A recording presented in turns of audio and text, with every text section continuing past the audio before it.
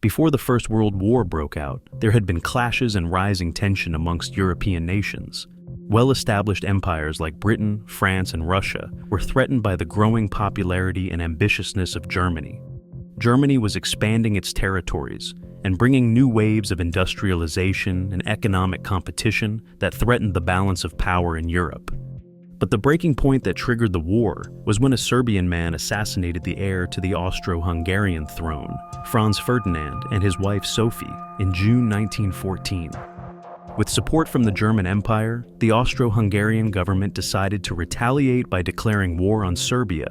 But declaring war on Serbia would involve the might of the Russian army, which saw itself as protectors of the Balkan Slavs in Serbia.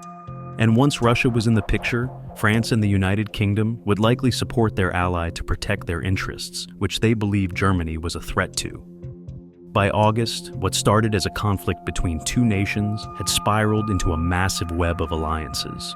With the Central Powers of Germany, Austria-Hungary, the Ottoman Empire, and Bulgaria on one side, and the Triple Entente, joined later by the United States on the other. The Triple Entente was the alliance between the Russian Empire, France, and the United Kingdom. Now, the full details of the war in Eastern Europe is rarely as explored as the Western Front. But one thing was constant. The Germans fought on both fronts. On the Eastern Front, they were fighting against the Russians, and later Romanians who joined the war in 1916.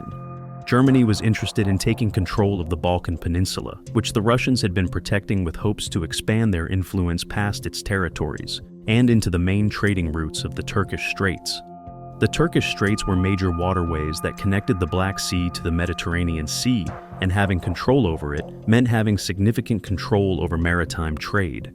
The Russians were determined to protect it, along with their territories. But there was a problem. The Russian army in 1914 was ill-equipped to fight.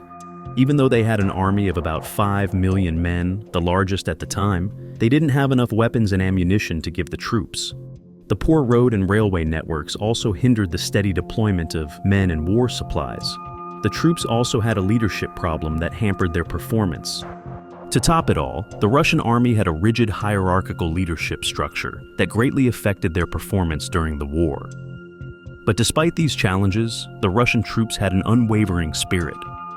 This is the story of how a small group of severely wounded and poisoned Russian soldiers protected their fortress from a German invasion.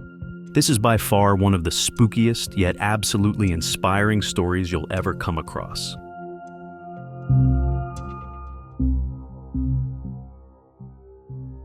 By August, barely a month after the war started, the Germans had launched a massive offensive on the Russian troops, breaking into their defense lines and capturing thousands of their men.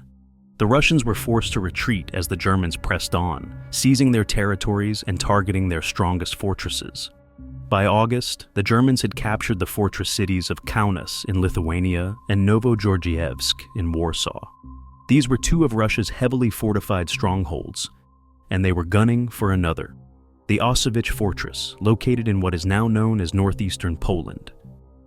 The Germans, numbering about 10,000 soldiers, have been trying to capture the fortress since September 1914. But all their attempts have been heavily resisted by a group of Russian soldiers defending the fortress. The Russians were not more than 900 soldiers, but they had successfully repelled the German troops for the past 8 months. The German commanders were growing increasingly frustrated by what had become a major thorn in their flesh. Osowiec Fortress blocked a major railway line that they needed to ensure constant movement of their war supplies as they advanced into Russian heartlands. They had successfully chased the Russian soldiers past their first line of defense and had set up camp in their trenches. The Russians were now inside the fortress, which still stood strong despite bombarding it with large-caliber artillery guns and airstrikes for the past 8 months. At this point, both sides had reached a complete stalemate and were simply on the lookout for who would make the first move. In the fortress, one of the Russian soldiers charged with monitoring the Germans' movements was 21-year-old Vladimir Kotlinski. Despite his young age, Kotlinski was incredibly fearless and was always at the forefront during the attacks. He had a relentless fire in him and would often be seen manning the fortress artillery, firing mercilessly at the Germans. Since the last major assault, there had been no action between both sides, and Kotlinski's job had been relatively easy. But on this day, Kotlinski noticed a group of German soldiers all huddled together looking at something inside the trench. Even more strange, the men would occasionally look up, point their hands towards the sky, look down again, and look towards the fortress. At first, Kotlinski wanted to report his observation to the senior officers, but he decided against it because he didn't want to be mocked for being paranoid. His young age had already placed him at a disadvantage.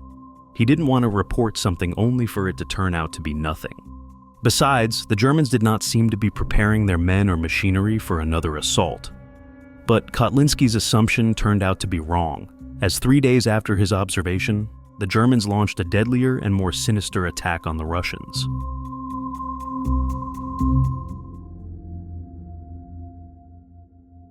At around 4 a.m. in the morning of August 6th, the Russian soldiers keeping watch up the fortress noticed a greenish fog rising in the distance. The fog seemed to be spreading with the wind, slowly enveloping the dark night. The Russian soldiers didn't know what to make of this foggy weather, but as it drew nearer, they saw that the fog seemed to be destroying everything in its path. The leaves suddenly dried up and fell off trees, and the grass turned black. Even the birds caught in the mist started to drop dead like flies. The men, realizing that they were being poisoned, desperately rang the bells to warn the others. The silent night turned into a frenzy of men running and yelling out warnings, sounding their alarms, and tearing their shirts to make makeshift masks. But there was little they could do. The wind had brought the fog right to them, and as soon as the gas hit their nostrils, it stung their eyes and the back of their throats. The smell made their chests feel tight as the air around them became increasingly suffocating.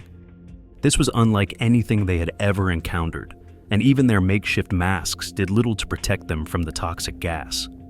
Within a few minutes, the men began to gasp and cough, desperately trying to free their tight lungs through the windows in the fortress, but it was of no use. The gas had already spread inside and around the whole fortress. Apparently, the Germans only stopped the assault because they had been plotting this chemical attack since their last major attack in July. They had only waited this long to release the gas because the wind hadn't been in their favor, and they couldn't risk the wind blowing the gas back into their ranks. It was no ordinary gas. The gas used was a mixture of chlorine and bromine, which combined to form a toxic chemical capable of causing instant suffocation within a few minutes. Not only did the gas cause the soldiers to choke, it also mixed with the moisture in the air, turning the moisture into hydrochloric acid that melted the soldiers' lungs and throats from the inside. But it wasn't only their lungs that were affected. The acid burrowed holes into the soft tissues on their faces, and the men started bleeding from their eyes, noses, and mouths. Even their skins were badly burnt from the chemical reaction. And within a few minutes, all the men on the front lines of the fortress were completely wiped out. Their faces burnt beyond recognition, and their bodies started to chemically decompose. Kotlinski and a few other soldiers were further back in the fortress, so they had a few seconds to soak their masks in water or urine before binding their noses and mouths with it. But even that didn't protect them from the poison. The whole fortress was soon filled with men screaming and coughing out blood and pieces of their lungs while desperately trying to hold on to their last breath. The screams and cries of men could be heard from outside the walls as they succumbed to the excruciating pain. Realizing that they couldn't escape the poisonous gas or run away from the Germans, who would finish them off if they were found alive, Kotlinski drags himself to the middle of the fortress and calls upon the other soldiers. He reminds them of how bravely they've fought the Germans despite being outnumbered, and tells them that if they were going to die that night, they wouldn't go down without a fight. Kotlinski's short speech rouses the men and makes their blood boil, ready to avenge their fallen comrades.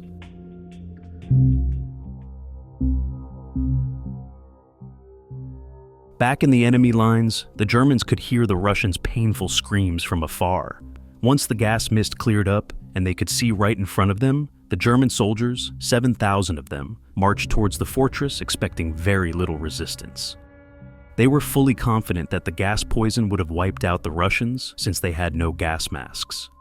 In fact, the Russian defense had fallen completely silent, and only the sounds of their own boots crushing the dry grass could be heard in the darkness. As they approached the fortress walls, the doors suddenly opened, and strange figures coughing, gasping, twisting, and crawling started to appear from the mist, staggering towards them.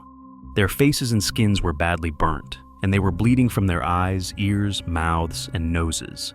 Half of their faces were covered with bloodied masks, but they could see pieces of lung tissues hanging from the mouths of some of them. Their eyes were bloodshot and burned with pure hatred and a thirst for vengeance. The German soldiers were horrified by the sight of these men, who seemed to have risen from the dead. They were convinced that the gas poison had turned them into bloodthirsty soldiers that couldn't be killed.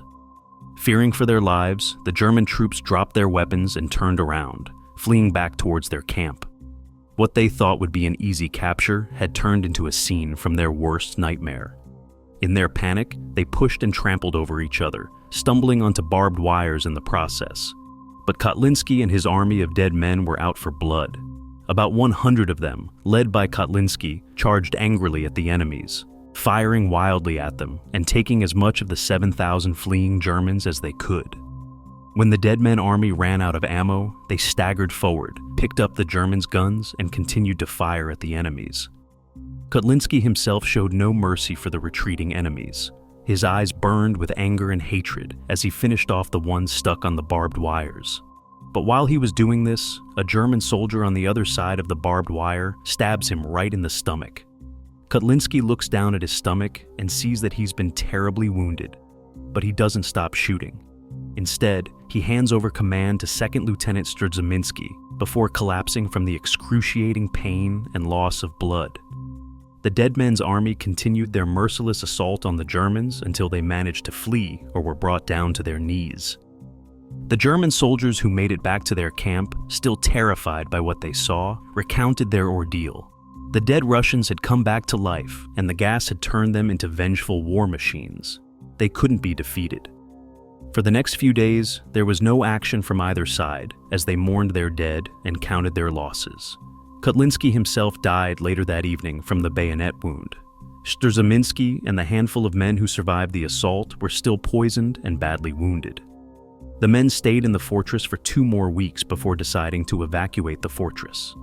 It was only a matter of time before the Germans would launch another attack, or worse, lay a siege around the fortress. But before leaving, they made sure to blow up the fortress's most important parts. So when the Germans eventually gained access into the fortress, they found that much of it had been destroyed, and it was pretty much useless to them now.